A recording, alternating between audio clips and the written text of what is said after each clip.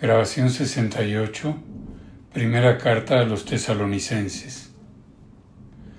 Después de las grandes cartas paulinas, Romanos, Gálatas, 1 y 2 Corintios, y tras las cartas de la cautividad, Efesios, Filipenses y Colosenses, siguen en el canon las dos cartas a los tesalonicenses. La primera carta a los tesalonicenses es seguramente el libro más antiguo del Nuevo Testamento. No es una larga exposición doctrinal, como las cartas a los romanos y a los corintios, sino un escrito más breve, lleno de recuerdos personales, revividos a la luz de la fe y el amor. Tiene dentro de su estilo sencillo y directo, gran riqueza de contenido. Inciso 1. Estructura y contenido. Además del encabezamiento, característico del estilo epistolar, se pueden distinguir dos grandes secciones.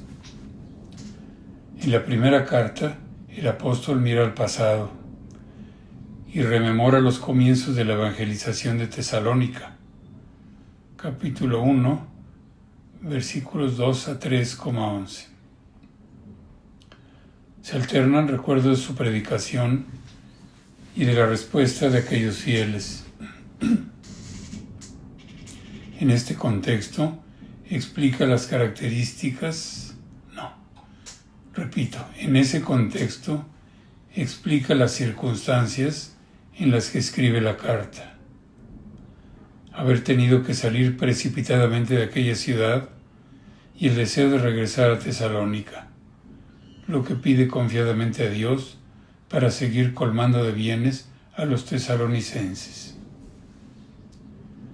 La segunda sección es una exhortación a vivir de modo coherente con la doctrina del Evangelio predicado y recibido. Capítulo 4, versículos 1 al 5,24. El apóstol se detiene especialmente en lo que parece más urgente para los fieles de Tesalónica: la esperanza firme en que las dificultades con que se encuentran se tornarán en alegría con la venida del Señor. La espera ha de ser paciente y activa a la vez, pues no se sabe el momento en que acontecerá, por lo que se requiere estar siempre preparados para ese encuentro. La carta concluye con unas breves palabras de despedida. Capítulo 5, versículos 25 a 28. Inciso 2. Ocasión de la carta. San Pablo, con Silas y Timoteo, obtuvo en Tesalónica abundantes frutos de conversión y fundó en la primera fase de su segundo viaje apostólico una comunidad cristiana de la que se sentía santamente orgulloso. Pero a los pocos meses de haber comenzado la predicación, se vio obligado a seguir de forma imprevista,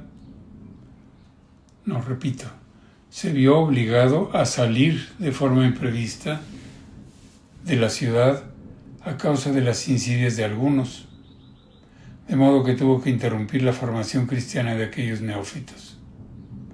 Por eso, en cuanto le fue posible, envió a Timoteo desde Atenas para tener noticias de cómo habían reaccionado ante las dificultades surgidas y para confirmarlos en la fe, esperanza y caridad.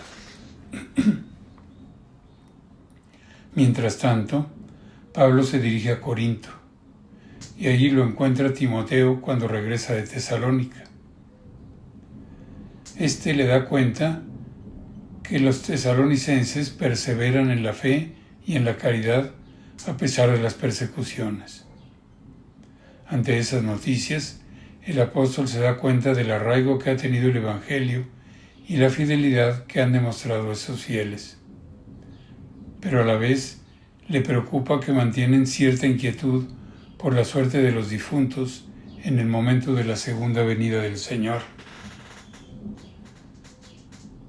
La salida precipitada de la ciudad no había permitido a San Pablo completar su instrucción en la enseñanza de Jesucristo y tienen pocos recursos doctrinales para alimentar su esperanza. Ante esa situación, en el invierno del 50 o 51, el apóstol les escribe esta primera carta. En ella recuerda con alegría y agradecimiento a Dios la tarea realizada y la acogida que encontró, y completa algunos aspectos de su predicación que proporcionan un fundamento adecuado a la esperanza, acorde con la firmeza que ya tienen en la fe y en la caridad.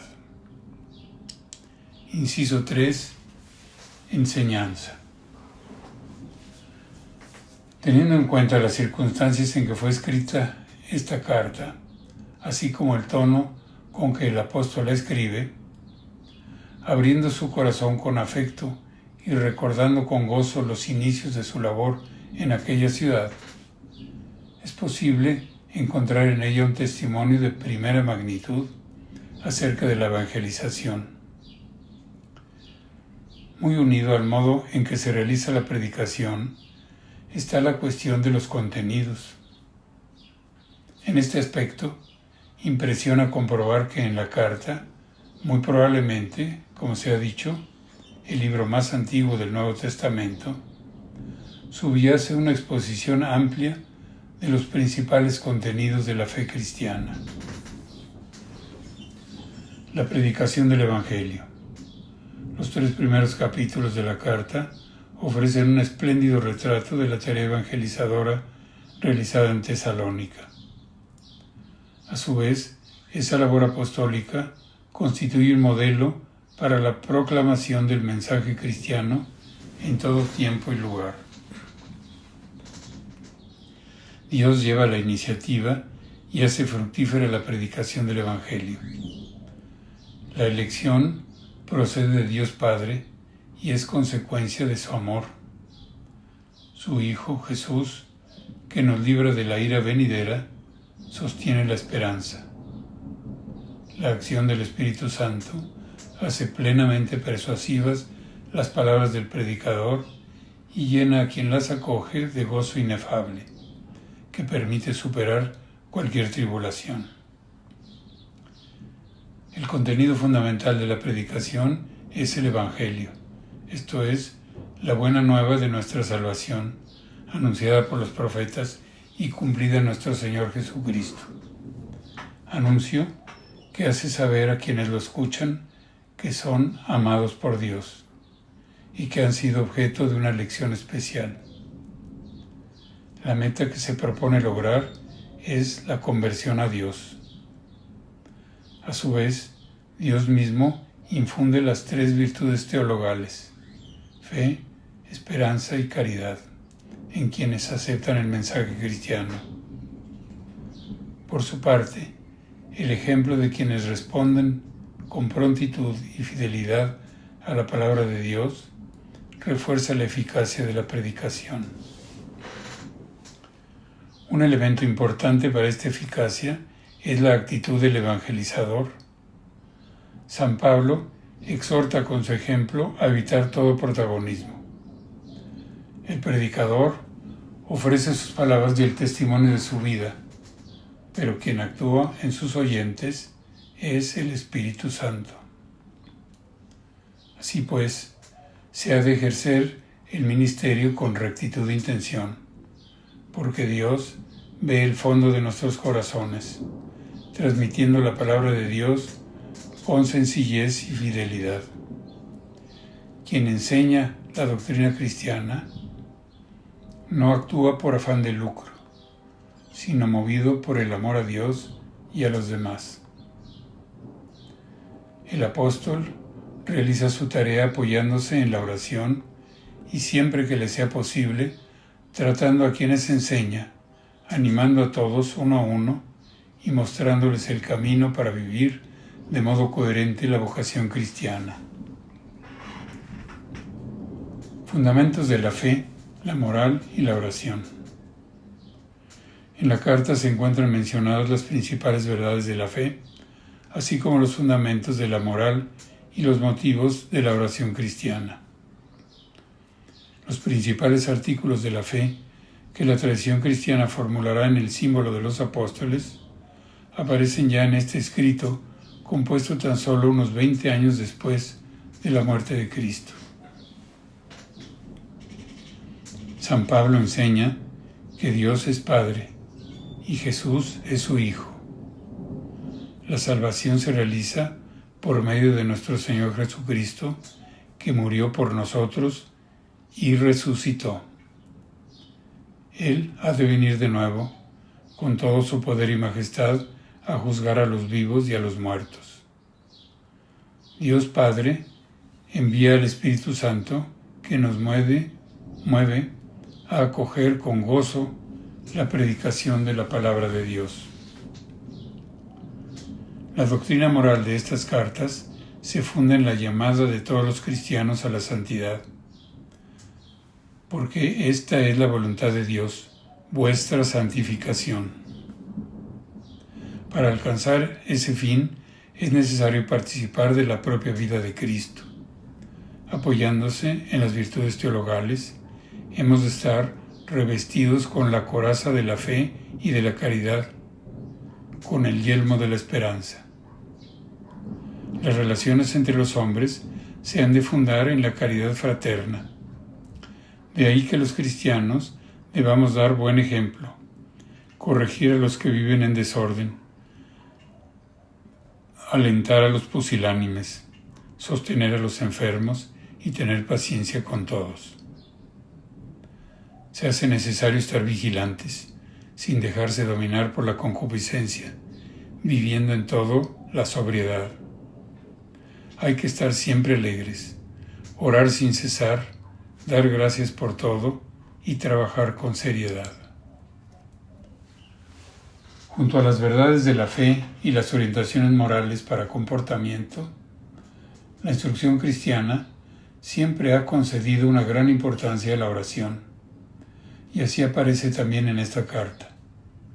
De una parte está la recomendación de orar sin cesar, pero también hay notables alusiones a los contenidos de la oración. En efecto, de algún modo están presentes en esta carta los elementos fundamentales de la oración dominical. El Padre Nuestro, tal y como se ha difundido más habitualmente en la tradición cristiana, es decir, según la versión contenida en el Evangelio de San Mateo. Dios es Padre nuestro, que está con su Hijo en los cielos. El cristiano ha de poner todo su empeño en que se haga su voluntad, que es la santificación, a la vez que trabaja y aguarda que venga su reino. La recomendación de que nadie devuelva mal por mal evoca la petición enseñada por Jesucristo. Perdona nuestras ofensas, como también nosotros perdonamos a los que nos ofenden. También, cuando se pide para todos en la Iglesia, no nos dejes caer en la tentación, se comprende que el apóstol estuviese preocupado por si os hubiera seducido el tentador. Y cuando además de la perversa acción del tentador en los demás, se tiene la propia experiencia de las dificultades. Yo, Pablo, lo intenté una y otra vez, pero Satanás nos lo impidió. Se entiende bien que el Señor enseñase a pedir, líbranos del mal. La escatología. Una de las cuestiones en las que San Pablo se detiene más en esta carta es la referente a las realidades últimas del ser humano. Lo hace para alimentar la esperanza de aquellos neófitos en medio de las tribulaciones que estaban padeciendo.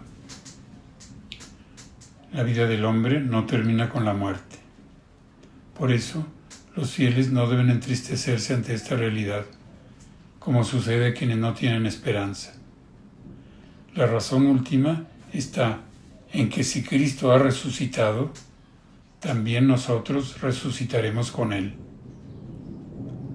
Por tanto, esperamos, al final de los tiempos, la resurrección de los cuerpos, tras el retorno glorioso de nuestro Señor Jesucristo, que el apóstol describe con solemnidad. Porque cuando la voz del arcángel y la trompeta de Dios den la señal, el Señor mismo descenderá del cielo. El lenguaje apocalíptico empleado para narrar la segunda venida del Señor, también llamada parusía, manifiesta el misterio y el poder de Dios. Tras la parusía, se producirá la resurrección de los muertos. Los cuerpos volverán a la vida, y quienes hubieran permanecido hasta ese día saldrán junto con sus hermanos difuntos al encuentro del Señor. Por tanto, los que hayan muerto antes de la parusía no estarán en posición de desventaja con respecto de los que todavía vivan en ese momento. San Pablo no concreta el tiempo de la parusía, pues sobre el tiempo y el momento, hermanos, no necesitáis que os escriba. Se limita a exhortarles para que permanezcan siempre vigilantes, porque el día del Señor vendrá como un ladrón en la noche, en el instante menos esperado.